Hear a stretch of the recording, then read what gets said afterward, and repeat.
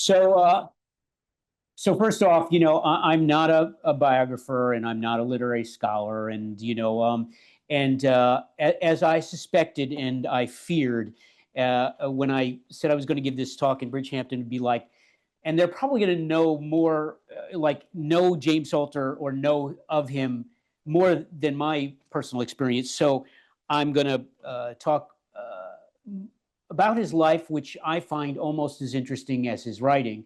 But I'll be reading some selections of his wonderful, incredible prose. When you talk about literary legends, I wish this guy was more well-known legend. In my mind, he always was, and he will always be a great American legend.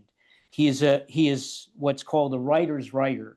So he's not as well known with the public, but if you ask any writer, whether it's Pulitzer Prize winners or scholars or anything, they'll say like the best writer in America, James Salter, sentence for sentence. And I'll tell you an interesting story. When I was when I was putting this together, and I wanted to get, I have first editions of all of his books, so I didn't want to bring the first editions in. Like, I don't want to mess those up. They're very special to me. So I said, I'm going to go to the bookstores, the used bookstores, and try to find some paperback copies of James Salter. And I tried out here, and there's not a lot of used bookstores out here, but in New York, like the Strand and other places, and couldn't find any copies. And I asked, why don't you have any copies? And people said, when they buy a copy of James Salter and they read it, they never give it away. They always keep it. They'll never, everybody keeps their James Salter. And that's a sort of mark of how important he is to the people that have read him and have been in contact with him. So I'm going to read my notes. I'll tell some stories from things that I've learned. And the most important thing is I want you to hear his prose. Some of you may know his work, some may not. And I'm going to be really kind of bold and daring. I'm going to try some multimedia stuff here too. I am so bad with technology. I had to have them, help me out with this. I have 3 short clips, but I thought it'd be fun to sort of see some stuff and hear him talking and Robert Redford talking about him. So I'll get started on that, and then we can have a talk afterwards.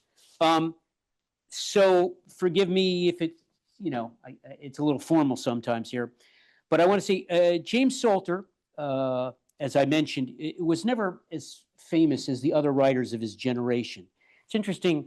This year he would have been 100, and he died 10 years ago in 2015 at the age of 90. But he was never as well known as the other writers, and he was not ever as well known, sadly, as his friends and fellow East Enders like Kurt Vonnegut, Truman Capote, James Jones, E.L. Doctorow, Pete Matheson. But he's considered by most writers today as one of the best prose writers in American fiction. As someone said, his life was a pursuit not of greatness or fame, but of beautifully crafted sentences. He is not taught in college lit courses. He only wrote 6 novels and 2 books of short stories. He had, as another writer put it, always aspired towards glory without the reek of aspiration. So he wrote for the joy and the beauty of writing. I recently tried to get copies, and I mentioned this, and you can't find them because people don't give it away. James Salter was many things. He was a novelist, a screenwriter. He was a fighter pilot in the Korean War. He's a jet fighter pilot. But one thing he was not was James Salter. He was born James Horowitz. And when he was in the Air Force, stationed in Germany in the mid-1950s, he published his first novel. And he felt that it was very important that he not be identified as the writer of this first novel. And he was worried it was going to jeopardize his career as an Air Force pilot. And he said, I wanted to be admired, but not known. I wanted them to admire the work, but not know it was me. He also wanted to avoid being censored by the Air Force, and he did not want to be stereotyped as a Jewish American writer at that time. So as he wrote, the great Jewish writers, Saul Bellow, Bernard Malamud, Norman Mailer, Philip Roth, they had already overwhelmed American literature, he felt. And he said, I don't belong, in a sense, with their sensibility. and they're writing about being a Jew in America. So he said, I'll leave that to them, and he's going to change his name. So he decided to use his pseudonym, and for a while he was considering the name John Eden. I don't know where he came up with that, but he settled on James Salter. And there's a story that Salter tells about how his first book, The Hunters, which was about his experience as a fighter pilot in the Korean War, it was serialized in Collier's magazine. And back then, like a lot of novelists, they had their chapters of the book serialized in magazines before it was published. And he tells a story about he was in Germany at the time, stationed in Germany, and one of his fellow pilots was reading the magazine. And he said to Salter, hey, there's this story about these combat fighters in Korean War. Do you know anything about it? And Salter said, no, but let me borrow the magazine after you're done. I'd be curious to read it. So James Salter was born an only child in 1925 in Passaic, New Jersey. And he joked that he thought perhaps the great poet William Carlos Williams, who was a practicing doctor in Passaic, New Jersey, he had this fantasy that William Carlos Williams delivered him, thus marking him for literary greatness. But we can't confirm that story. Salter was born into a world, it was middle class. His father was a real estate broker. And a few years after he was born, they moved from New Jersey into Manhattan. And in the Depression, his father pretty much lost everything. But somehow they managed to scrape the money together, and he attended private school, and then he went to Horace Mann was it the Bronx? Yeah. So he was, and when he was at Horace Mann, he was on the football team. And 2 years ahead of him on the football team was a young guy called Jack Kerouac. And Jack Kerouac also wrote stories for the literary magazine, and Salter worked on the Horace Mann literary magazine, and he contributed poetry. So he applied to Stanford and MIT for college. He, wanted to get away. And he was accepted, but his father had gone to West Point before World War I, and his father was first in his class. And his father said, you're applying to West Point. And even though he got into MIT and Stanford, he said, okay, my father, he said, I will apply as a favor to you. And Salter was spending the time working on a farm in Connecticut, and he learned that he was waitlisted. So he thought, great, I'm not accepted at West Point, so I can go to these other places. And then he found out that the first one accepted failed the physical, and the second appointee failed an entrance exam, so he had to go to West Point. His father was very happy about that, but he reluctantly, as he put it, he was 17, spoiled by poetry, and I entered West Point. And he was not happy the first year at West Point. His name was on the punishment list all the time. They were like giving him a warning, but eventually he focused on being a better cadet. World War II was going on at this time, and Salter applied for flight training. He wanted to be a combat pilot. Now, a trainee at that time, I don't fly, but I know some people who do, and they do the hours. At that time in World War II, sometimes a trainee only had 4 hours of training before you had to solo. And if you couldn't solo, you're out. So he probably had about 4 or 6 hours of training, and then he soloed, and he was in. So then in May of 1945, while he was still on leave from West Point, he hadn't finished West Point the 4 years, he was in pilot training. And then in May of 1945, something happened. And I'm going to read this section here from his memoir, which, if you don't know, is an amazing, beautiful book called Burning the Days. It's about his life. And I'll tell you, when I read this book, I'm like, this guy's done more in his life than I'll do in several lifetimes. It's an amazing story of all the things that he did. So he's flying at night, a solo mission, and this is just like a training flight that he's doing. And he realizes at night that he's lost, and he's not sure where he is. He sees a river, and he thinks it's the Hudson, and he's near Poughkeepsie. And so, but then he looks down and he says, like, I'm running out of fuel. I'm running out of, he says,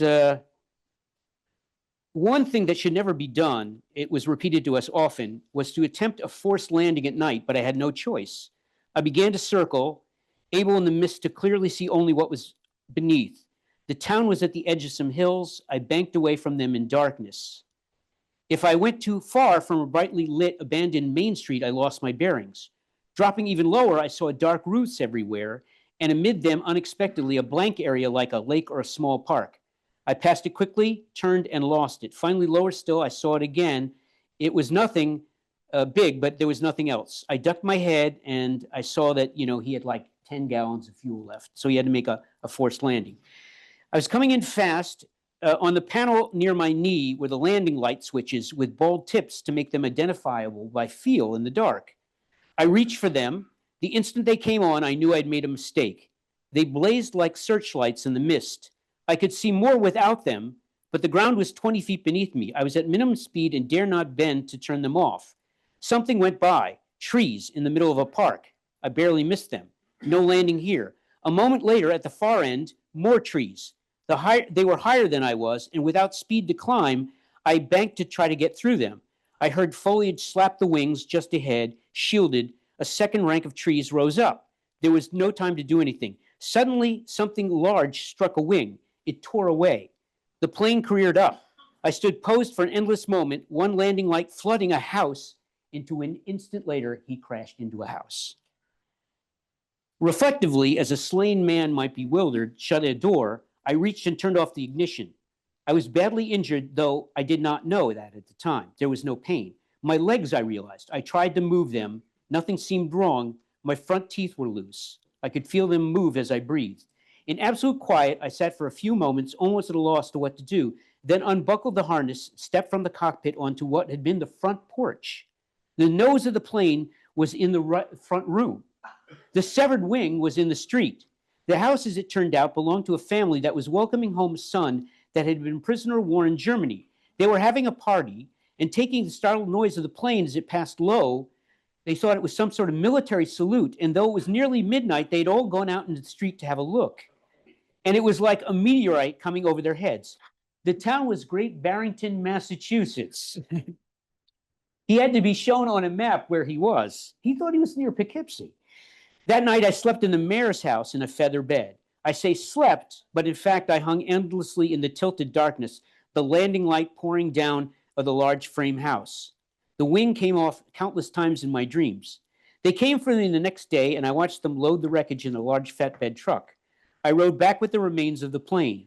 In the barracks, which were empty when I arrived, my bed, unlike the row of others, were littered with messages, all mock congratulations.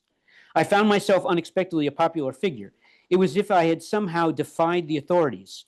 On a blackboard in the briefing room was a drawing of a house with the tail of an airplane sticking out of it. And written beneath it was Geisler's student. I surveyed the obligatory check rides and proceedings of the accident board, gradually transformed into a comedy. The story's been told to me by many times, as I had felt for a shameless instant that it might be the night when the boughs of the first trees hit the winds before I saw the second. There was an emblem from the engine that I kept for a long time until it was lost somewhere. And years later, a single unsigned postcard reached me, addressed care of the adjunct general of the Army. It was from Great Barrington, and it said, "We are still praying for you." Now, you'd think like that's the end of his flying career.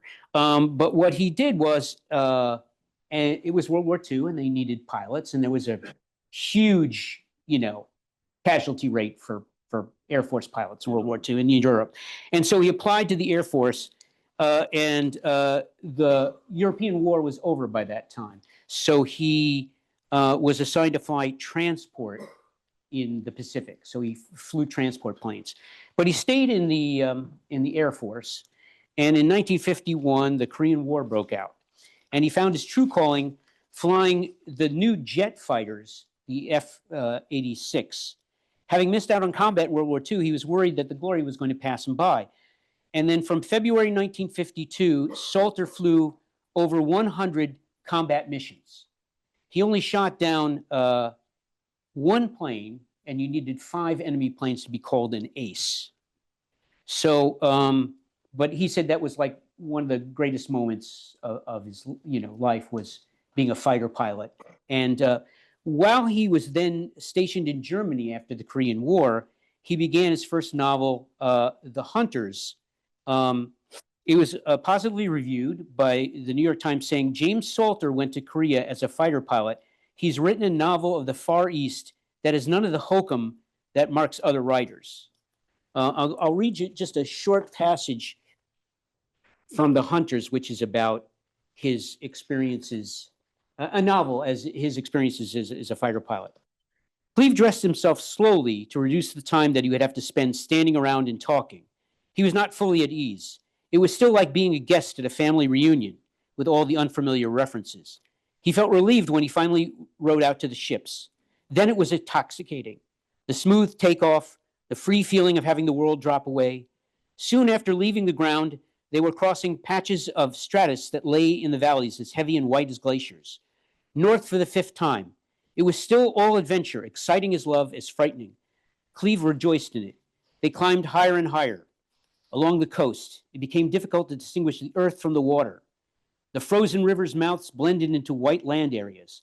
The rice paddies south of Pyongyang looked like cracked icing on a pale French pastry.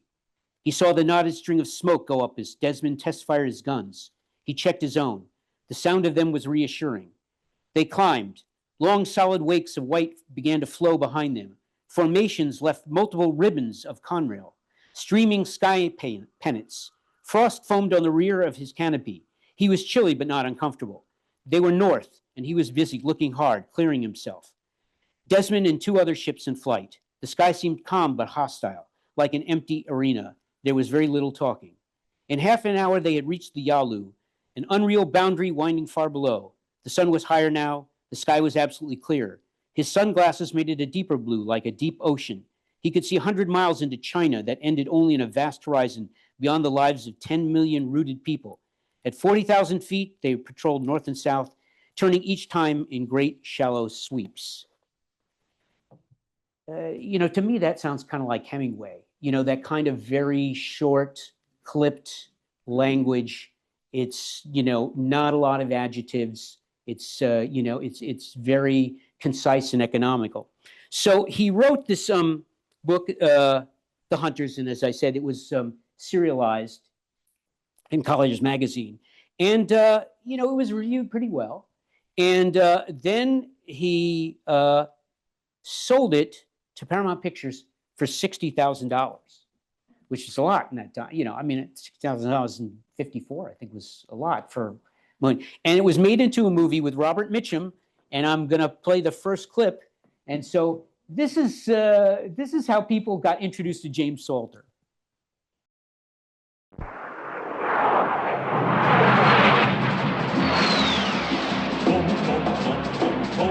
We're the last of the duelists, one man against the other with equal weapons. In the sky, on the prowl 10 miles high, killers who were... Hey, wait till you see my stuff, Major. Man, I'm hot. I'm really hot.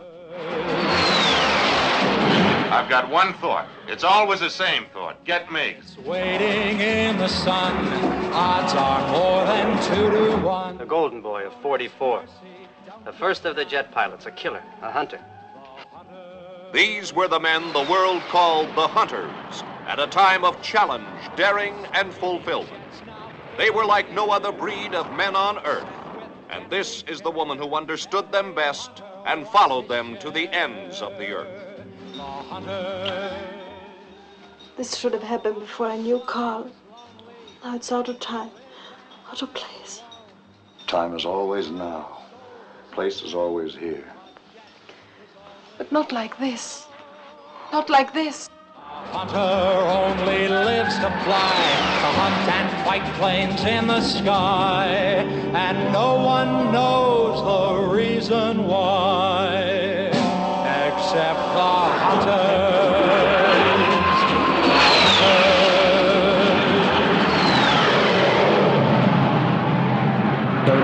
Thanks. So, I think you're going to be shocked to find out that it didn't resemble the book. It was like, wow. He was like, all right, what, that's his experience, his first experience with the movies, is like, well, they went for the action. They called it Killers in the Sky. But he took that $60,000, and an old classmate from Horace Mann was in finance. He gave him the money, and in a couple of years, he tripled it. Yeah. So with this encouragement, Salter resigned from the Air Force on his 32nd birthday. And he had been in uniform since he was 17. So that was more than half his life. He was in the military. He still loved planes, but he was kind of like, the war's over. I'm not a kid anymore. I think at that age, he probably thought the best I could do would be an instructor. They're not going to let me fly combat missions anymore.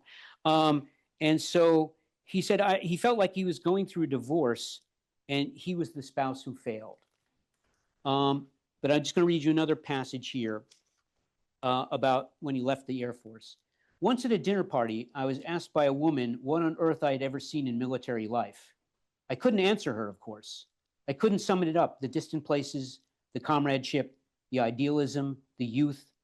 I couldn't tell them about flying over islands long ago, seeing them rise in the blue's distance, writhed in legend, the ring of white surf around them, or the cities, Shanghai, Tokyo, Amsterdam, Venice, camps in North Africa, forgotten colonies of Rome along the shore. I couldn't describe that or what it was like waiting to take off on a mission in Korea, armed, nervous, singing songs to yourself, or the electric jolt that went through you when a MiG came up. I couldn't tell about the Mahurin being shot down and not a soul seeing him go, or Jaron Davis, who used to jump on a table in the club and recite Gunga Din, and the pilots all thought he was making it up. I couldn't tell her about the group of brilliant commanders or flying with men who became famous, the days and days of boredom, the moments of pure ecstasy, of walking out to parked planes in the early morning or coming in at dusk when the wind had died to make the last landing of the day and the mobile control officer give 2 quick clicks of the mic to confirm, great job. To fly with 30-year-old veterans and finally learn the right to lead yourself, flights, squadrons, sometimes an entire group. The great days of youth when you were mispronouncing foreign words and trading dreams. We came in from flight line to Gestalt, or I cannot pronounce this French, Cazaux, C-A-Z-A-U-X. Weary, faces marked, unknown, and went into town to drink. Money meant nothing, and neither did fame. I couldn't tell any of that, or the roads along the sea to Hawaii, the dances, the last drinks at the bar, or who Hallie Kassler was, or the captain's wife. So he felt like that was a marriage, but he did write, his next book, which was called The Arm of Flesh, which was about being stationed in Germany. He, at that time, also met Anne Altimus, who he met in Hawaii, and they had a daughter. And they moved back to America. They settled in Rockland County. And believe it or not, he took a job selling swimming pools. And he said he was probably the worst swimming pool salesman. I think he said he sold like 2 pools in like 3 years. He was a terrible salesman. But I don't know him, but I imagine he'd be a charming guy. But, I don't think his heart was in selling pools. And then when he finished Arm of Flesh, the book was about, had 17 different narrators. So it was kind of like Faulkner's As I Lie Dying. Every chapter was a different point of view. And he said that made it really hard to sort of follow the book and connect with it. And so he felt the book was a failure. And then 30 years later, he substantially revised the book. It was called Casada. So it was then reissued, and it's then there's one narrator. It's focused on that. The other problem was that this was a book that was essentially about boredom. Everybody's waiting for something to happen. And while the novel was well received, he just never felt like it was working out. So at this time, he, with a friend of his, started making short documentary films. He made films about people, and businesses around there in the area. And then he said, well, I got a lot of money writing that first book and selling it to Hollywood. Maybe I could have something done in Hollywood. And he started writing some screenplays that didn't get done, but they were being passed around, and his screenplays had a lot of interest. They could see that there was a really strong voice there. And then it came to the attention of an actor who read one of his scripts. So this is the second one. So cobbling together the elements to make the film involved, first of all, the writer. And I chose James Salter because he had written a script called Then We Were Three, and I was really taken with it. It was lean, it was filmic, it allowed behavior to play a major role rather than filling the space up with too many words. And he told me when we met, he said, "Look, I'm not that interested in sports. And skiing, I ski a little bit, but I'm not really interested." I said, "That's great. That's great. If you don't like sports, that's good. We can have a kind of an edgy, dark angle at it, because that's sort of what I like to do. I'd like to talk about what does winning really mean, And he was intrigued by that. The New York Film Festival, I think, opened. I don't remember the exact year, but I'm going to say 1963.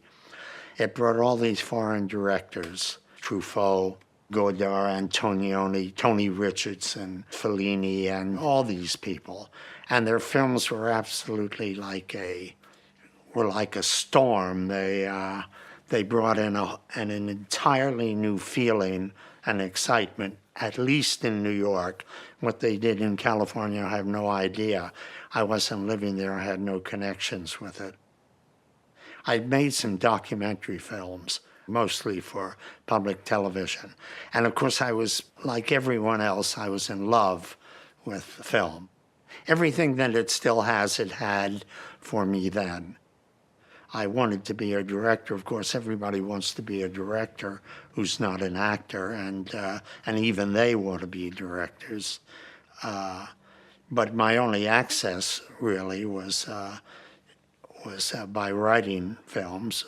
And I was offered, I did write one for Peter Glenville. It was later made, and I think that preceded, or was just about the same time as Downhill Racer. But they were not connected in any way. I really had the opportunity to write Downhill Racer entirely because of Redford. Okay, thank you. So this just a brief story about Downhill Racer, how that happened. Downhill Racer was originally a book by, I think it's Oakley Hall, who wrote Warlock. It's a Western that's very well known. Anyway, he wrote this book about skiing, and Robert Evans, who was then head of Paramount at that time, he did Love Story and, The Godfather in Chinatown. He was like, this is a great book. I'm going to make a movie of it. And he had seen European films of Roman Polanski. And he said, Roman Polanski, I know, is a big ski guy. So I'm going to give him the script to Downhill Racer. And Downhill Racer was supposed to be made by Roman Polanski. And then he was like, no, I'm not going to do that. And he came to America and he said, what I really want to do is Rosemary's Baby. So then they were like, well, now we have this, this book that I've got the rights to. I don't have a script. And then, as you saw, Redford got involved in it and had read one of Salter's earlier scripts and said, we'll work together. And they sort of threw away the whole book. They were going to keep it about skiers. But the story then was, he said, I don't know anything about skiing. And Robert Redford said, well, I ski, but I don't know about Olympic skiers or any of that. So on their own, they went to I think it was the 66 winter or 67 Winter Olympics. And they went on their own. They had no money. They slept on the floor in the hallways of the hotels, and they talked to the ski people. And he fashioned this script. And Redford had done Butch Cassidy and the Sundance Kid, but it hadn't come out. So everybody was kind of like, who cares about this guy, And a movie about skiing. And they made the movie. It came, then Butch Cassidy and the Sundance Kid came out, and they released Downhill Racer, I think like 2 weeks after that, sort of trying to build on the excitement of that, but nobody went and saw it, which is too bad. I mean, it's called, and some people say it's the best movie about skiing. I think it's like one of the best things about sports, one of the best movies ever made about sports and the competitive spirit, and the kind of egos involved in all that. So he said, so now the movie has like a cult status, and if you haven't seen it, I suggest you watch it. I mean, it's a great film. It holds up. It's Gene Hackman is his coach, and one of the rare things about Robert Redford, early on in his career, he was playing a real jerk. When they went to the Olympic Village, they said, this guy he's the head skier on the Olympic ski team. He's really, he's great. He's a superstar. We should follow him. We should interview him. And Redford and Salter were watching this guy, and there was another skier. I think his name was, I don't know skiing that well, Spider Savage? Yeah. Do you remember? Anybody remember? Anyway, and he was a really arrogant guy. So they were saying, like, he's the guy we should follow. So they wrote about this really arrogant guy. In fact, there's a scene in the movie where Redford says, you had me 10th coming down the slope, and if I was in the first 5, I would have won. It's because of you, and you held me back, and the snow wasn't right, and all this kind of stuff. And Gene Hackman goes, no, the reason you lost was because you weren't good enough. You're just not good enough, and you need to be better. So at the end of the movie, the original movie, was Redford comes in, he's at the Olympics, he's a jerk, everybody hates him, but he's like the best guy there, and he wins. Salter's original ending was, he comes in on the slope, he's done the fastest time, everybody's like, you won the gold medal. And as they're all congratulating him, there's this Austrian skier who comes in behind him, beating his time. So he doesn't get the medal. It's sort of his comeuppance. And, of course, everybody in the studio was like, no way. Robert Redford is not coming in second. So Salter said, I hate it when people say, oh, you wrote Downhill Racer. This is really aggravating. I mean, it's just a movie, So he was like, it's great, but it was not the thing he was necessarily most proud of. I want to say, just as a sidebar here, when I was starting this talk and I was, reading about, Salter and his life, and I was telling my wife about that, and she was looking at pictures, she said, oh man, if I met that guy, I would have fallen in love with him and ran away with him. And I was just like, yeah, well, he's dead 10 years, so I'm safe. But other than that, yeah. But I mean, people here in the room, I have met him or know of him, and I met him briefly. Really briefly from another writer who introduced me. I mean, I met him for like 5 minutes. It wasn't like I was hanging out. And I had known him of his work. And I was like, my experience of him was like, this is a really classy gentleman. He just seemed like he was just very cool and very friendly and very nice. And, I was like, you're a great American writer. And he's like, whatever, kind of thing like that. I'm probably spending too much time telling stories here. So I'll move along. His next book was probably his best known book, which is called A Sport and a Pastime. And he later said of the book, the question I'm often asked is, how much of this is invented? And he said, very little. The book was very scandalous at the time of its sexual encounters. It's very explicit. And once again, publishers didn't want to really publish it because they said, this is a book about sex. This is about a guy who goes to France and has an affair and has sex. And there's like a lot of very, descriptions of how amazing the sex is and all that. And he turned it down. They turned it down. Finally, he got his old friend, George Plimpton, who was the Paris Review. And he had the Paris Review printed an edition of the book. And that book is pretty rare now because it wasn't that big of an edition. But that is the one book of his that has always been in print. I'd like to believe not just because of the sex, but I can't really read much from that book because in this mixed company, I didn't feel comfortable doing. I'll just read a short passage from the book. Certain things I remember exactly as they were. They were merely discolored a bit by bit, like coins in the pocket of a forgotten suit. Most of the details, though, have long since been transformed or rearranged to bring others of them forward. Some, in fact, are obviously counterfeit. They are no less important. One alters the past to form the future. But there is a real significance to the pattern which finally appears, which resists all further change. In fact, there is the danger that if I continue to try, the whole concept of events will begin to fall apart in my hands like an old newspaper. I can't bear to think of that. The myriad past, it enters us and disappears, except that within it, somewhere, like diamonds, exist the fragments that refuse to be consumed. Sifting through, if one dares, and collecting them, one discovers the true design. And if we can play that third clip here. This is him talking about sport and pastime.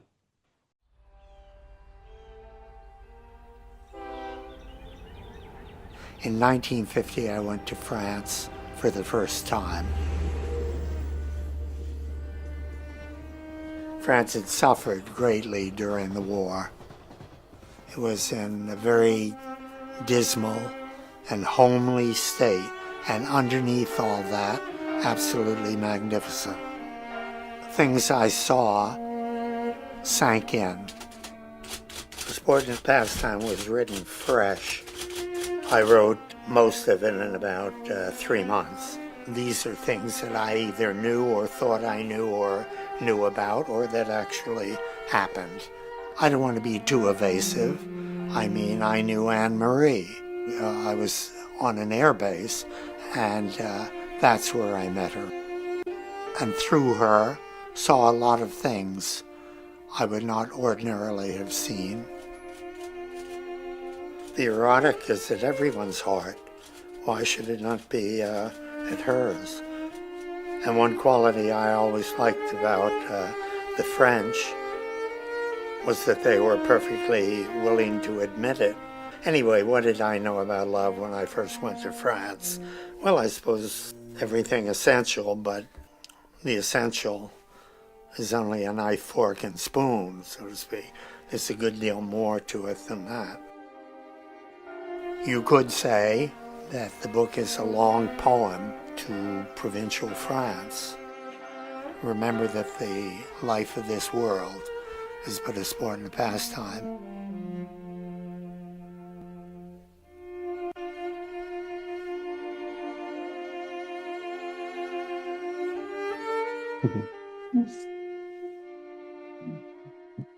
So that book was really well reviewed. It's considered by a lot of writers and readers as his masterpiece. It would be hard for me to say, you know, which would be my favorite book of his. But again, it had trouble getting published. It did not get a big printing, but it has stayed in print.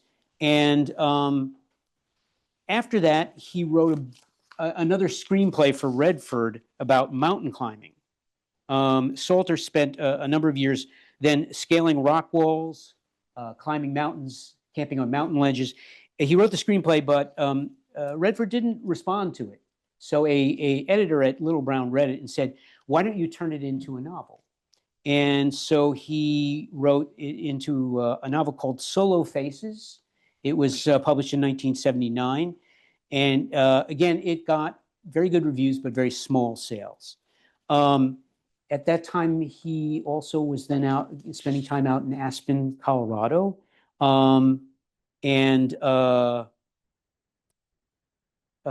He was married to Kay at that time. And they found a home out here in Bridgehampton, not that far from here. And they spent the time between Long Island and Aspen, Colorado. And then it's a horrible story about where he was out in Aspen and his daughter was out there and he found her one morning and she was in the shower. She'd been electrocuted. And, you know, that was had a really profound effect on him. He then didn't write.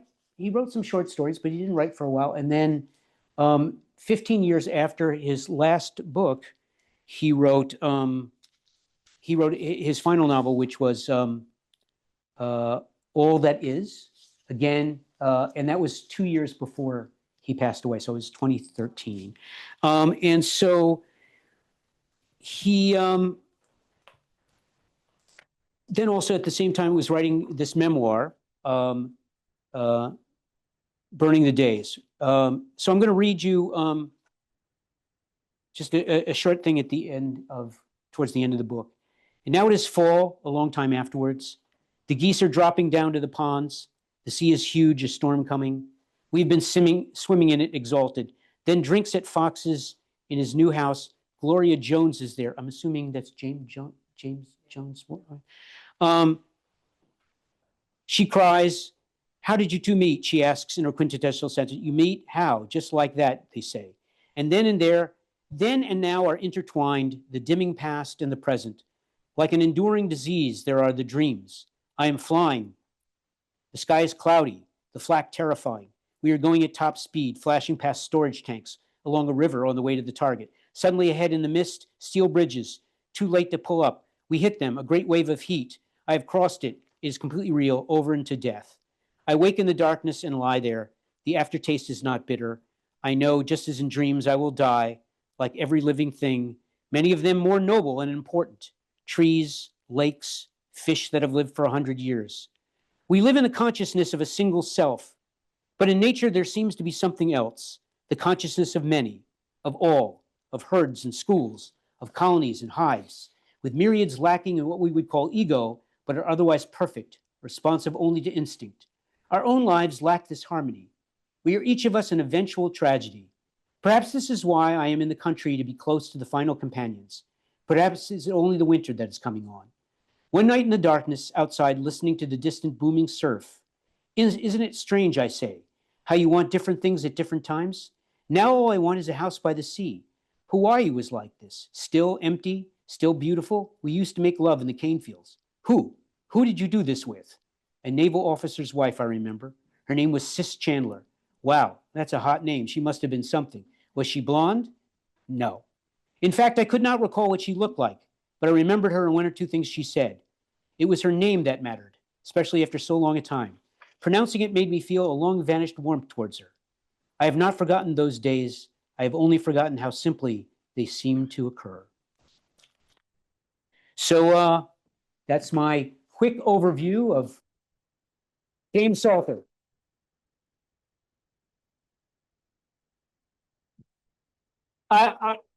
If you haven't already, I hope this sparks your interest to go to the library across the street or wherever and get copies of it. Thankfully, pretty much everything is now, back in print. And as I said, he is remembered as a really important American writer. And I believe he is a literary legend. And I'm happy to share my enthusiasm with you. And now, did you want to, is there like a little time here while I don't think anybody, again, if you have a question, I'm not a biographer. So, I can't answer that, but I think some of you, have had experience with him. And as you had said, you know. Yes. Oh, I'm sorry. I didn't mention that. Yes. And I have a copy here of this. Yes. A Light Years. Yes. Beautiful book about a dissolution of a marriage. That's a really great book. And some of it takes place out in Amagansett. The couple that's the main characters in the book, they live up the Hudson, but they summer in Amagansett. And so, yeah. Forgive me. Yes, didn't look at my notes there and had a pass. But thank you for pointing out that's the book that that when we were doing a book club, I mentioned everyone to read that, and they were all like, "So what's the next book we're going to read for the book club?" And everybody in the book club said, "Well, we want to read more James Salter, so we're going to read Burning the Days." So they all decided on their own to read more of him. They were that taken with him. Oh, thank you for reminding me about that. Anything else? If there are no questions, we can thank you, Keith. That was a brilliant presentation. Thank you. I wanted to keep it moving along and entertaining, thus with the film clips. But I guess you know, if he was here and they were all here, we would have gone across. It was across. Bobby Vans was across the street, but they were all, you know, all of them would be. I don't think he drank as much as everybody else. Maybe. Well, that's a distinction. Yeah, as they did. I mean, he kind of said like he wasn't as like hanging out as much with everybody else. He also was, you know, in Aspen half the time. So. Wife, children, latter part of his life. Yeah, no, Kay is still alive. Yeah, yeah. She wanted to be here, but she's not in town. Oh, yeah, yeah. Well, thank goodness, because you know, I would be worried that I would be intimidated that I wasn't doing him justice. What about children? They have a son. Yeah, and the daughter, but yeah, and then that daughter who passed away is very tragic. So, but yeah, his house. Where's his house? It's not that far. He had. I heard that he had like 10. He had 10. But did he have something like? I heard something like he had 10. They had 10 acres. They had a good piece of property when he originally bought it out here. But yeah, no, he actually knew this area from the 50s because when he was still in the Air Force, at one point he spent time. There's an Air Force base out in West Hampton, right? Yeah. So in like 1950, he was out in West Hampton. So he first knew about it. I was just saying to you, you know, it's like 1950 out here. It was probably pretty quiet. Yeah. But I think he really, you know, connected with the area, obviously. And he spent many summers first in East Hampton and Amagansett, and then they got the place in Bridgehampton. So